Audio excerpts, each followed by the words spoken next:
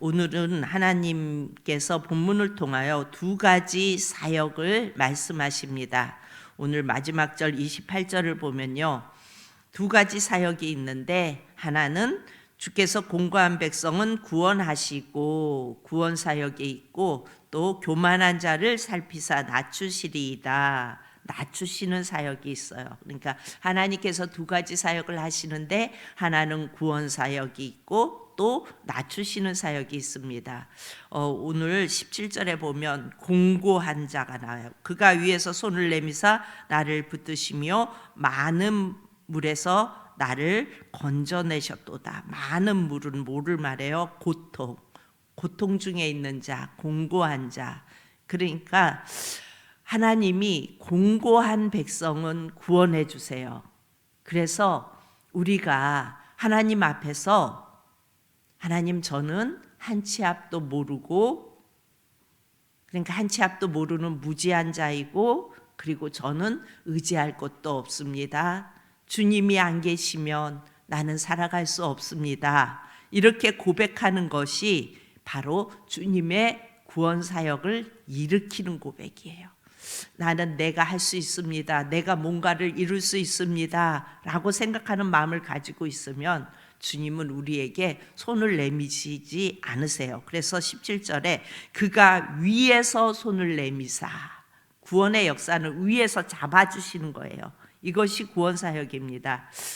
전에 어떤 목사님의 설교를 들었는데요, 이런 말씀을 하셨어요. 근데 사실 그 말씀을 그때 들으면서 저는 어떤 생각을 했냐면, 아무리 예를 들어도 그렇지 뭐 저런 예를 들을까, 그런 생각을 했는데, 요즘에는 그때 그 예를 들었던 그게 너무나 이렇게 마음에 와닿아요.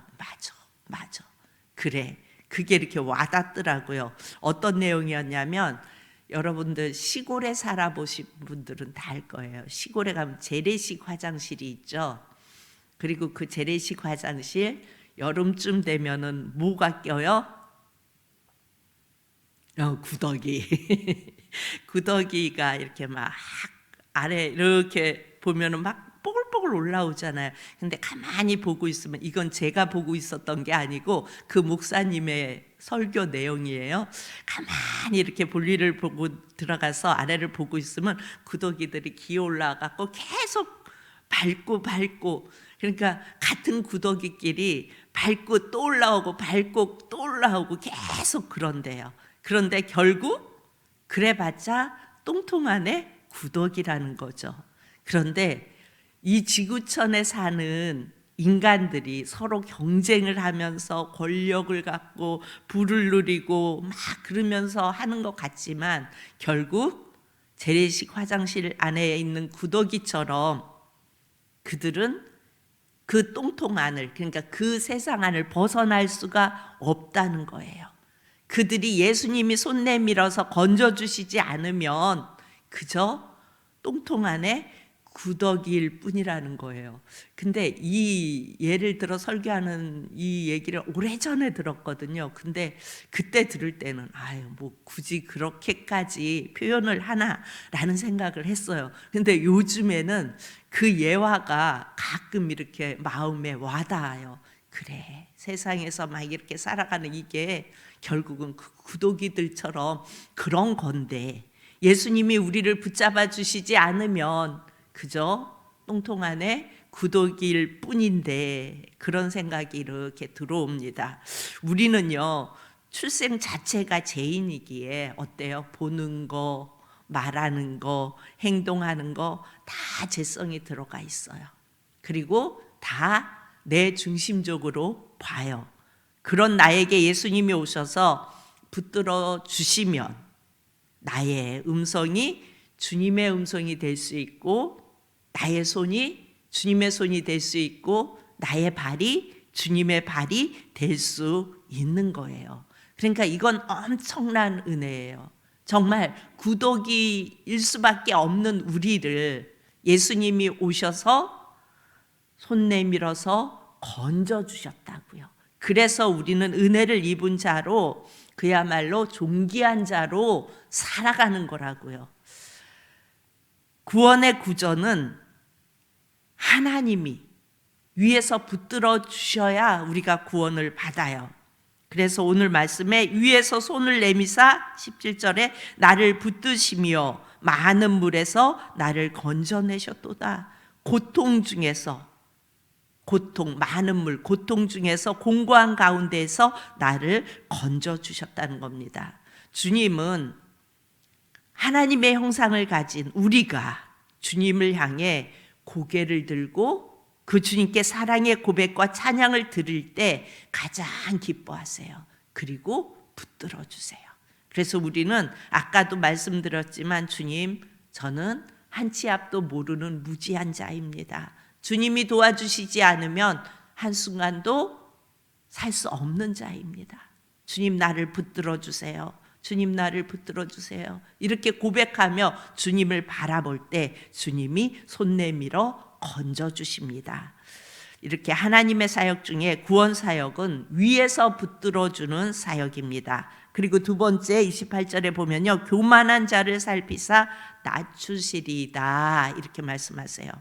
여러분, 어항에 구피를 2마리를 사다가 이렇게 작은 어항에 넣었어요. 그리고 보았는데 어느 날 이렇게 보니까 한 작은 구피가, 지느러미가 자꾸 없어지는 거예요. 이상하다, 왜 지느러미가 병이 들었나 자꾸 이렇게 잘라져 나가지. 그래 어느 날 유심히 이렇게 봤어요. 그랬더니 조금 덩치 큰 구피가 그 덩치 작은 구피를 공격을 하는 거예요. 근데 그 공격하는 게 외로울까 봐 2마리를 갖다 넣어줬는데 그 중에 한 큰 놈이 계속해서 구피를, 지느러미를 조금씩 그러다가 좀 신경 안 쓰고 며칠이 지난 후에 보니까 한 마리가 없어졌어요. 그러니까 이미 먹힌 거예요, 다. 그리고 혼자서 외롭게 유유히 이렇게 떠다니더라고요. 그런데 그 물고기는 자기가 그런 행패를 부리고 있다는 것을 알까요, 모를까요? 몰라요. 그냥 있으니까 먹는 거예요. 그런데 누군가가 자기가 행패 부리고 있다는 것을 지켜보고 있다는 것을 몰라서 끝까지 해서 결국은 구피 한 마리가 어디로 간지 없어진 거예요. 그래서 혼자 있으면 외로울 것 같아서 그 구피를 다시 거북이 한 마리 있는 집에 가져다가 놨어요. 우리 서운의 집에다 갖다 놨어요. 그런데 또 이 좀 큰 구피가, 지느러미가 조금씩 없어지는 거예요. 그래서 왜 그럴까 하고 잘 봤더니 이제는 거북이가 그 구피를 계속 공격하면서 조금씩 먹는 거예요. 그래서 저거 놔두면 안 되겠다, 없애자. 없앤 거는 이제 구피 한 마리가 거북이에게 다 먹혀갖고 없어진 후에 그 거북이를 조금 놔뒀다가 안 되겠다, 없애자. 그러고선 이제 알라로 바다에 갔다 그러고 없앴어요. 그래서 지금도 요즘도 계속 그 거북이 우는 처음에 우라는 말을 잘했어요. 그래서 그 이름을 우라고 졌는데 서우가 그래요. 내가 보낸 그 거북이 우는 가서 알을 낳았을까? 엄마 거북이가 되었을까? 그렇게 많이 생각을 해요. 그리고 바다에 가면 혹시 우가 나를 보러 오지 않을까? 그리고 바닷가를 멍하니 서서 이렇게 바라보고 있더라고요. 근데 어찌됐든 그 거북이도 그 구피도 자기가 그렇게 하고 있다는 걸 잘 모를 거예요. 여러분, 우리가 공동체 생활을 하면서 내 뜻대로 안 되고 내 계획이 적용되지 않고 그러면 화가 나고 얼굴색이 변하고, 그런 모습을 보면은 어찌 보면은 그거 아니라고 얘기해주고 싶지만 그냥 가만히 낮추고 가만히 있어요. 왜 가만히 있어요? 밖에서 지켜보는 주님이 계시니까요. 그러니까 어항 밖에서 내가 지켜보고 다른 가족들이 지켜보면서 저것 봐라, 구피 한 마리를 먹어버렸네. 그리고 그 구피 외로울까 봐 거북이랑 같이 놔뒀더니 그 거북이가 그 구피를 공격해서 먹는 거를 우리는 다 보잖아요. 그런데 그 거북이나 구피는 어항 밖에서 보고 있다는 사실을 모르는 거예요. 우리도 우리의 일거수일투족을 다 보고 계시는 분이 계셔요. 그래서 하나님 앞에서 무서운 것은요, 하나님께서 교만한 자를 살피신다는 거예요. 이 사실을 우리는 기억해야 돼요. 여러분, 오늘 말씀, 다윗은 지금 승리하게 하신, 자기의 인생 속에서 승리하게 하신 그 하나님을 찬양하는 글을, 그 하나님을 노래하는 글을 오늘 써 있는데요. 다윗은 목동이었던 그가 그야말로 자기를 지지하는 지지계층도 없는데 정치에, 그 정치판에 최전선으로 들어가서 그야말로 교만한 자는 하나님이 끌어내린다는 사실을 그는 그 정치판 안에서 확실히 보았고 그리고 알았어요. 사울이 전 군대를 동원해서 다윗을 죽이려고 하죠. 그런데 죽일 수가 없었어요. 왜요? 보고 계시는 하나님이 계시기 때문에. 그러다가 전쟁터에서 사울이 자기 아들들과 함께 활복 자살을 하죠. 물론 맞아서 죽어가고 있지만 죽지는 않았어요. 그래서 죽여달라고 이야기하는데 안 죽이죠. 그러니까 어떻게 해요? 자기가 자기 칼로 죽어요, 사울이. 그러니까 이런 처참한 모습을 봐요. 또 3년 기근이 왔을 때 왜 기근이 왔는지 하나님께 물었을 때 기브온 백성을 죽인 사울 때문이라고 말씀하셨고, 그래서 그 사울의 후손이 7명이 목이 달리죠. 다윗은 이렇게 일생 동안 하나님이 교만한 자를 어떻게 처리하는지, 어떻게 손보시는지를 다 보고 배웠어요. 그래서 다윗은 알아요. 왜 하나님은 교만한 자를 그렇게 못 봐주고 다 이렇게 끌어내릴까요? 왜 그렇게 그 교만한 자들을 전부 다 처치하실까요? 교만은요, 바로 마귀가 한 짓이기 때문에 하나님은 그것을 그냥 내버려 두지 않으십니다. 여러분, 하나님의 질서 가운데에서 우리가 늘 전도할 때 늘 이렇게 말하죠. 하나님은 영의 세계를 만드시고 물질 세계를 창조하셨어요. 이렇게 이야기하면서 이제 전도를 하잖아요. 그런데 영의 세계에서 하나님을 끌어내리고 자기 머리를 든 것이 누구예요? 마귀예요. 그 기질이, 그 마귀의 기질이 인간에게 오면 교만이라는 속성으로 나오는 거예요. 그래서 하나님은 교만한 자들은 끌어내리세요. 교만이 충전해서 날뛰면 어느 날인가 가만히 납작하게 엎드려서 지켜보고 있으면요, 하나님은 그거에 항응하는, 그거에 맞는 대가를 지불하게 하세요. 예수님의 사역은 공고한 백성을 구원하는 사역이에요. 그래서 공고한 백성은 창녀, 우리 성경에 나오는 창녀, 세리, 이런 죄인, 이런 사람들을 공고한 백성이라고 말씀해요. 그러나 교만한 자들은 누구예요? 일생 동안 성경을 읽어요. 성경을 외워요. 그리고 하나님의 말씀, 율법을 다 지켰다고 하는 종교 지도자들, 이들은 교만해요.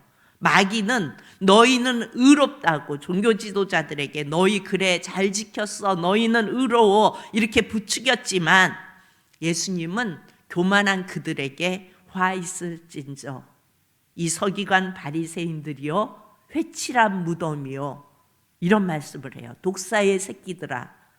그 종교 지도자들에게 예수님은 이렇게 책망하셨어요. 왜 그래요? 예수님이 내 안에 오시면 우리는 그 예수님이 내 안에 오시지 않으면 내가 한 줄 알아요. 내가 열심히 노력해서 내가 이룬 줄 알고 내가 이 정도 돼서 내가 이렇게 올라왔고 그래서 내가 권사이고 장로이고 목사이고 내가 이 정도 해서 이렇게 된 줄 알아요. 그러나 예수님이 내 안에 오시면요 자신을 낮추게 되어 있어요. 예수님이 아니면 살아갈 수 없음을 고백하게 되어 있어요. 예수님이 아니면 살아갈 수 없는 그야말로 똥통의 구독이라고 생각할 수 있어요. 그렇게 정체성을 느껴도 그게 하나도 이상하지 않아요. 처음에 그 목사님이 설교하실 때 들으면서 굳이 저렇게까지 표현해야 되나? 이런 생각이 들었는데 이제 가만히 생각해 보면 그래, 나는 똥통의 구더기야. 주님이 날 잡아주시지 않았으면 나는 그런 거야. 이 정체성이 확실해지니까 그것이 아주 찰떡같이 다가오는 것을 느낄 수가 있어요. 그러니까 자신을 낮추어서 교회 안에서도 상대방에게 기다려줄 수 있는 속성이 돼요. 막 설치고 난리쳐도 전에 같으면 막 그거 아니라고 하고 옳고 그름을 따졌는데 이제는 그냥 기다려요. 누가 보고 계시니까? 하나님이 보고 계시니까. 마귀는요, 항상 옳고 그름을 따지면서 공격하게 만들어요. 그래서 예전에 제가 말 잘 이렇게 많이 사용했던 게 있어요. 삼자 대면 해볼까? 그렇게 했던 제 모습이에요. 근데 그것은 마귀가 하는 거더라고요. 옳고 그름을 따져서 아닌 건 아니고 분명하게 딱 드러나게 하는 거. 그런데 상대방이 그렇게 다 드러났을 때 그 상대방의 모습은 또 어떻겠어요? 하나님은 그냥 기다려주게 만드세요. 그리고 잘못했어도 아니어도 애만 소리를 했어도 기다려주고, 그러면 나중에 지나다 보면 본인 스스로 깨닫기도 하고 또 다른 어떤 일로 인하여 깨닫는 것을 볼 수가 있습니다. 여러분, 마귀가 충만하면요, 교회가 별것도 아닌데 분쟁이 많아져요. 사실 이렇게 따지고 들어가 보면 이렇게 크게 분쟁을 일으키고 말을 만들 일도 아닌데 분쟁이 많아져요. 왜 그래요? 사단 마귀는 옳고 그름 따져, 공격해, 그리고 눌러버려. 이런 마음을 우리에게 줘요. 그런데 예수님이 내 안에 오시면요, 나를 낮추게 만드세요. 그리고 지켜보게 만드세요. 예수님이 충만하면요, 두루두루 그냥 감싸줘요. 그리고 받아줘요. 그리고 함께 가면서 구원에 이룰 수 있도록 서로가 세워주는 교회가 돼요. 여러분, 우리는 다 똑같아요. 뭐 더 낫고 이럴 거 없어요. 그러니까 똥통의 구더기라니까요. 계속 밟고 올라와도 똥통의 구더기일 뿐이에요.